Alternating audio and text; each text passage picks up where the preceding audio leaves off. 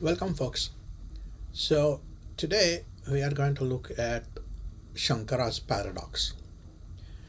Some of you might be aware that Bhagwan Shri Adi Shankaracharya was one of the greatest geniuses that has ever tread on earth. So, there is a lot of profound insights he has provided into the human psyche and spirituality. So we are going to take a look at one. We are going to see a glimpse of one of his most profound works called Adhyas Bhashya. So in this, he has pointed out some very bizarre and weird things that happen right in front of our eyes, and I'm going to build up this in order to understand this, and we are just going to scratch the surface, but it would be enough to get an idea of the genius of Shankara. So we are going to build up upon three examples, and I have here this Shankaracharya was more than 1400 years ago. He has done his work. I've got here a picture of what he would like. So the first example that we are not going to jump directly into Shankara examples. They're somewhat advanced. They need a lot of background, and this is taken from his commentary. In those days, or even now, it's called commentary. We can say it's a stunning paper on superimposition, but his commentary on Brahma Sutra, it's called as Adhyas Bhashya. So we are going to take some basic, simple examples to understand what is being said. So in order to get an idea of what Shankara is pointing at or inkling towards, there is a fundamental difference that we have to take into account first, and then we can understand where the superposition imposition is taking place. And the genius and the brilliance of Shankara is that there is even an average person may not go even this far, but even for a brilliant person, he could go only half the way through to be able to predict, to be able to see and view the mutual superimposition was the stroke of a master genius. So here I have got a physical object, and when I go to buy this object in the market, I will say, give me a white light bulb. That's what I'll say.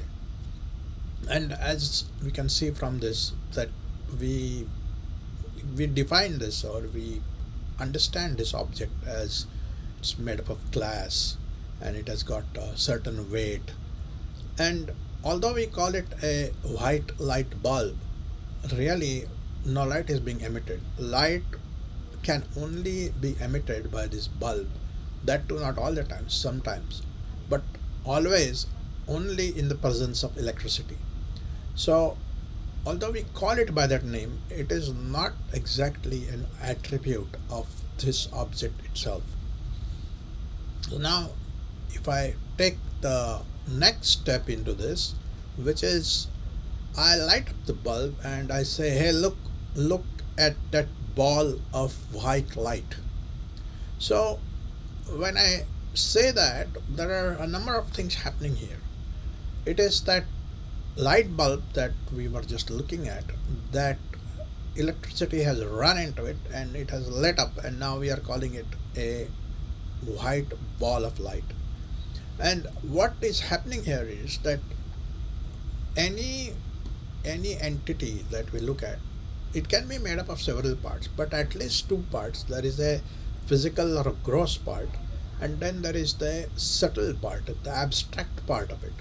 And here the two parts are the bulb, which is the physical thing which doesn't really have light in itself, and then the light, which is the abstract part of it. And what happens is there's superposition of these two things. And what I was referring to you earlier was, we can imagine or understand or appreciate that superposition can take place in one way. But here, what is happening is we say that this is a white light bulb. So we are attributing the characteristics of light to the bulb, which is not its characteristic. But we understand it. That's how our minds are working. We are applying an attribute that doesn't belong to the bulb. And when I say a ball of white light, I am attributing the attribute of shape, round shape to light, which doesn't have a shape. It doesn't have the quality of shape. But it is happening. We are so used to it that this mutual superimposition takes place. We are applying the qualities of the light to the bulb, and we are applying the qualities of the bulb to the light. So that's what is taking place. Now, both of these are relatively static. Well, light really is not static, but the bulb is. So the next example that I have here is where we know that there is this vacuums these days. They are automated. This is a Roomba vacuum. So you just put it in the room in your hall or whatever, and then it goes around and it maps the room and it remembers it, and then it will clean up your room. And going forward, you don't have to train it. It remembers, and it's smart enough to do its job. So the the vacuum itself has got this physical ability to move. So it has got wheels underneath of it which roll and can go around.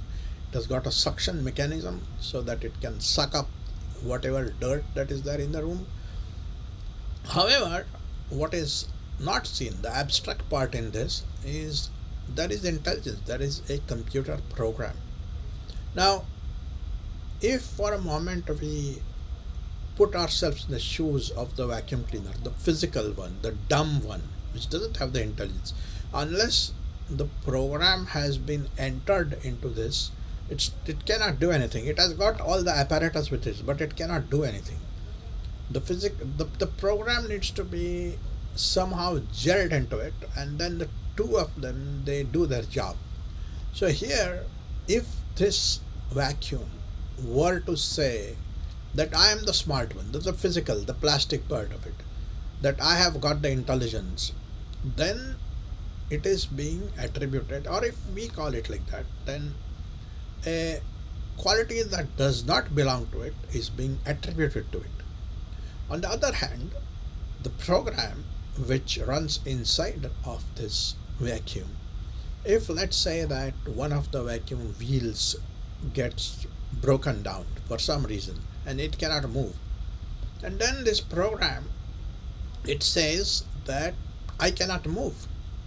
Now really, the program has nothing physical to it, and the notion of movement is foreign to it because it lives in a different dimension where mobility is not a part of it. But nevertheless, that attributes get applied to it. So this weird thing takes place in nature all around us, and we do it all the time. And so we come to the next example where we can see Shankara's brilliance here. And this is where the superposition of the physical object with the intelligent object is taking place. The physical object is being applied the attributes of intelligence. The intelligent part is being applied the attributes of the physical thing that's not smart, that's not intelligent.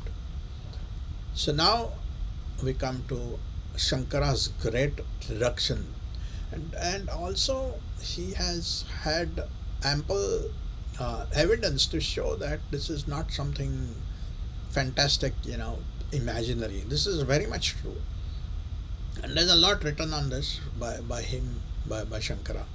But here is now we're building upon previous two examples. Here is the physical human body, and it is not intelligent. It has got all different characteristics. It has got hands and it has got feet, and it weighs so much, and it has got blood vessels running through it and heart pumping.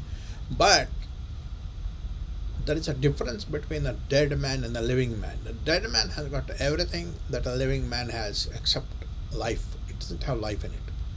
So similar to the vacuum, and the program, these are two different things, and what happens is something most amazing, very bewildering, that these two things get superimposed on each other. And Shankara says that that's the most remarkable thing that happens in us, where we assign the qualities and attributes of the life force to the physical thing, and we assign the qualities of the physical thing to the life force. So, to take an example, the body begins to think that it is alive, that it is smart, that it is intelligent. This is a classic case of superimposition in one direction.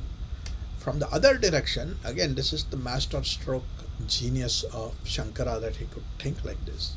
On the other hand, the trapped living substance that is there in the human begins to think, if, let's say, the toe of that body of that person gets hurt, if he gets stubbed against something and he bleeds, the living force says that I am hurt, I am bleeding, which is ludicrous because it has a different dimension to exist. They are not related to each other.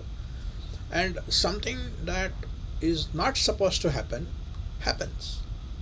And this is one of the, as I've been saying, most remarkable findings of Shankara, and his commentary and paper on Adhyas Bhashya is brilliant and stunning and worth studying to uplift oneself, to get insight into the nature of spirituality. Thank you.